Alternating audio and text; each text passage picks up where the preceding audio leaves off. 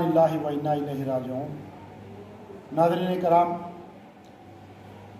کل رات سے ایک شخص کا ویڈیو وائرل ہوا ہے،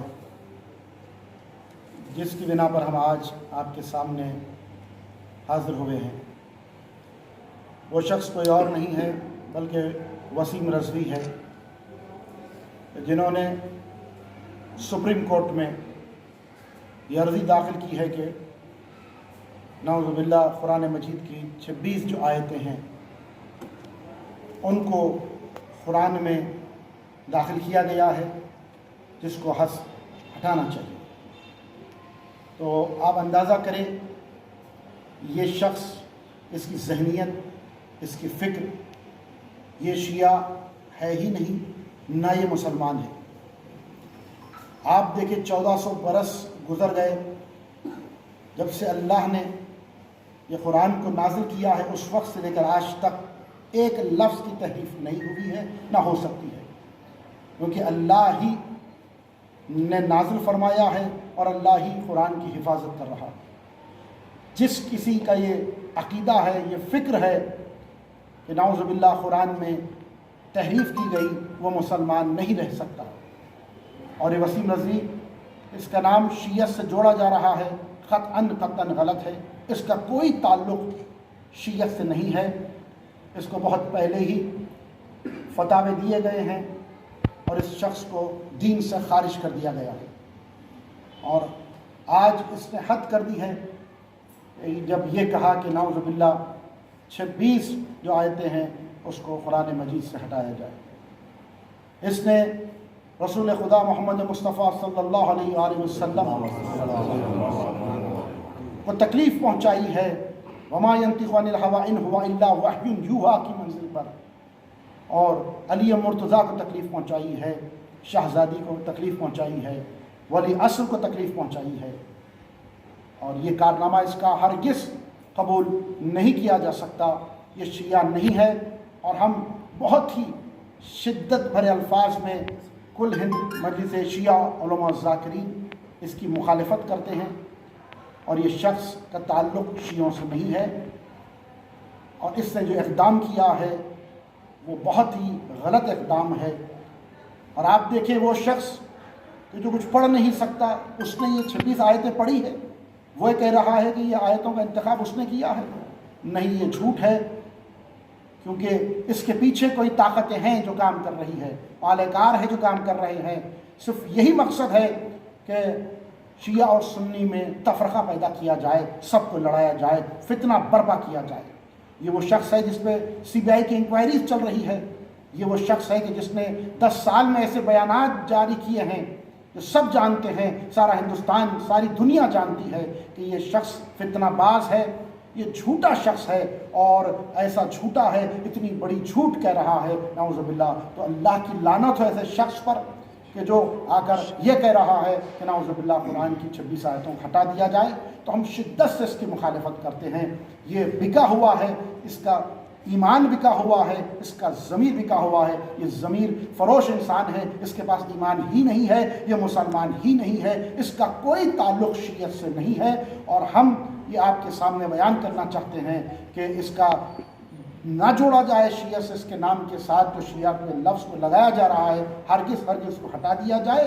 ہماری نگاہ میں یہ مسلمان نہیں ہے۔ اگر ایران ہوتا یا اسلامی ممالک میں ایسی حرکت کی ہوتی، خصوصاً اگر ایران میں یہ کیا ہوتا تو اس کا حشر کیا ہوتا؟ وہی جو سلمان رشدی کا کیا گیا تھا، جو آیت اللہ العظمیٰ امام خمینی رحمۃ اللہ علیہ نے جو فتویٰ دیا تھا کہ اس نے آ کر شان رسالت میں گستاخی کی تھی، تو آپ نے کیا فرمایا تھا؟ تو آج دیکھیں آپ کہ وہ آج گستاخی کر رہا ہے کس میں؟ وہ اللہ کی کتاب ہے۔ ساری دنیا جو ہے، ساری دنیا کے مسلمان جو ہے وہ سب مانتے ہیں ہمارا اللہ ایک ہے، ہماری کتاب ایک ہے، ہمارا رسول ایک ہے، ہمارا جو شریعت ہے اس میں لفظ ایک لفظ نہیں ہٹا، تحریف بالکل نہیں ہوئی ہے۔ تو آپ یہ اندازہ کیجئے کہ یہ آ کے کہہ رہا ہے اس طرح سے، تو اس کی ہم شدید لفظوں میں مذمت کرتے ہیں، اور ہم یہ سارے دنیا کے مسلمان اور خصوصاً ہندوستان کے مسلمانوں کو یہ کہتے ہیں ان کہ وہ صبر سے کام لیں، اور ایسے ملاعین اور ایسے لوگ جو آ کر فتنہ باز ہے، جو چاہتے ہیں کہ آپس میں تفرقہ ہو جائے، جو چاہتے آپس میں لڑائی ہو جائے، وہ سمجھے اور اپنے آپ کو صبر اور تحمل کے ساتھ رہیں۔ ایک ایسا شخص ہے جس کا کوئی شریعت سے، اسلام سے، دین سے کوئی تعلق نہیں ہے، نہ اس کا کوئی شیعہ سے تعلق ہے۔ والسلام علیکم ورحمۃ اللہ۔ شیعہ اور سنی سب مل کر رہ رہے ہیں، وہ اس کو سمجھیں کہ یہ دشمن کی سازش ہے، وہ شیعہ اور سنیوں کو لڑانا چاہتا ہے۔ سنی ہمارے بھائی ہیں اور سنی ہمیں اپنا بھائی کہتے ہیں۔ شیعہ اور سنی دو بھائی ہیں، آپس میں دشمن انہیں لڑا کر اس ملک کا امن اور امان بگڑ۔ انشاءاللہ وارث قرآن امام زمانہ اس سے اس کا انتقام لے گا، وہ ضرور انشاءاللہ اس دنیا میں لوگوں کے لیے عبرت بنے گا، اور اس کو اس کے کیفر کردار تک مولا و آقا پہنچائیں گے۔ بس میری گزارش تمام عامت المسلمین سے یہ گزارش ہے کہ آپ اس سازش کو سمجھیں، اور آپس میں شیعہ اور سنی جس کو ایک جہتی، ایک پارچگی، اتحاد بین المسلمین کی وجہ سے ہمارے سارے ملک ورحمت اللہ وبرکاتہ وعجل فی فرج مولانا صاحب الزمان وجعلنا من آوانہ وانصارہ وتابعین لہ ما شاء اللہ لا حول ولا قوة الا باللہ العلی العظیم۔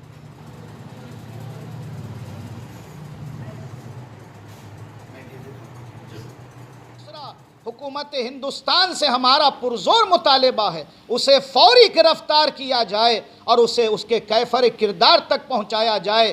ہم یہاں پر حیدرآباد شہر سے مجمع علماء و خطباء حیدرآباد، جس کے سارے اراکین آپ کی خدمت میں موجود ہے، اور بھی ہندوستان کے تمام علماء، ذاکرین، خطباء اس بات کی پرزور مذمت کرتے ہیں کہ ہم اس بات کو ناقابل برداشت مانتے ہیں۔ پروردگار عالم نے قرآن مجید کے اس سورہ میں جس کو سورہ بقرہ کہا جاتا ہے، پہلی ہی آیت میں کہہ دیا الف لام میم ذالک الکتاب لا ریب فیہ، اس کتاب میں شک کی کوئی گنجائش ہی نہیں ہے، اور یہ کتاب متقین کے لیے ہدایت ہے۔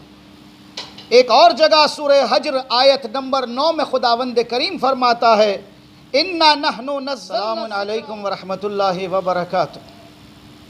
بسم اللہ الرحمن الرحیم، الحمدللہ رب العالمین، والصلاة والسلام علی سید الانبیاء والمرسلین وعلی اہل بیتہ الطیبین الطاہرین، ولعنۃ اللہ علی آدائہم من الآن الی قیام یوم الدین، اما بعد فقد قال اللہ الحکیم فی قرآن۔ عدالت عالیہ میں، سپریم کورٹ میں جو عرضی داخل کی ہے، جس میں وہ یہ کہتا ہے کہ قرآن مجید میں 26 آیتیں ایسی ہیں جس سے فساد اور فتنہ، آتنکواد کو بڑھاوا ملتا ہے۔ یہ بات نہ صرف ہمیں ناقابل منظور ہے بلکہ ناقابل برداشت ہے۔ قرآن، ہم ہی قرآن کو نازل کرنے والے ہیں اور ہم ہی اس کی حفاظت کرنے والے ہیں۔ یہ خیال کہ قرآن مجید سے آتنکواد کو بڑھاوا ملتا ہے، یہ خود خیال ایک آتنکوادی خیال ہے، یہ فکر ہی آتنکوادی فکر ہے۔ اس سے پتہ چل رہا ہے کہ اس کے تار ہمارے ملک کے دشمنوں سے جڑے ہوئے ہیں، اس ملک میں یہ فتنہ اور فساد پیدا کر رہے ہیں، اور مجھے یقین ہے کہ برادران اہل سنت بھی اس بات سے بخوبی واقف ہیں کہ یہ سازش ہے، اور اس کے وہ سازش کا شکار نہیں ہوں گے۔ انشاءاللہ اللہ ہمارے اس ملک عزیز، ملک ہندوستان کی حفاظت فرمائے، اور یہاں رہنے والے تمام انسانوں کی، تمام مسلمانوں کی آپس میں ان کی محبتوں میں پروردگار اضافہ فرمائے۔ اس دعا کے ساتھ کہ خداوند کریم ہم سب کو اس فتنوں سے، ان سازشوں سے ذالک الکتاب لا ریب فیہ ھدی للمتقین، صدق اللہ المولانا الکریم۔ عزیزان گرامی قدر،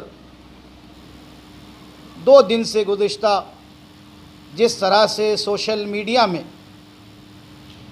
ایک نام نہاد مسلمان، ایک نام نہاد شیعہ جو اپنے آپ کو سید زادہ کہتا ہے، میری مراد ایک نئی فتنے کا آغاز کر رہا ہے۔ ہم چاہتے ہیں ہندوستانی حکومت اس کے بارے میں تحقیق کریں کہ اس کے پیچھے کون لوگ ہیں جو اس کو بڑھاوا دے رہے ہیں، اور اس کی طاقت اتنی کیسے بڑھ گئی کہ سپریم کورٹ تک جا کر وہ عرضی دے رہا ہے۔ پہلے تو میری پوری امید ہے سپریم کورٹ سے کہ وہ اسے نہ صرف مسترد کرے گی بلکہ وسیم رضوی پر چالان بھی لگائے گی تاکہ آئندہ کوئی ایسی حماقت نہ کرے۔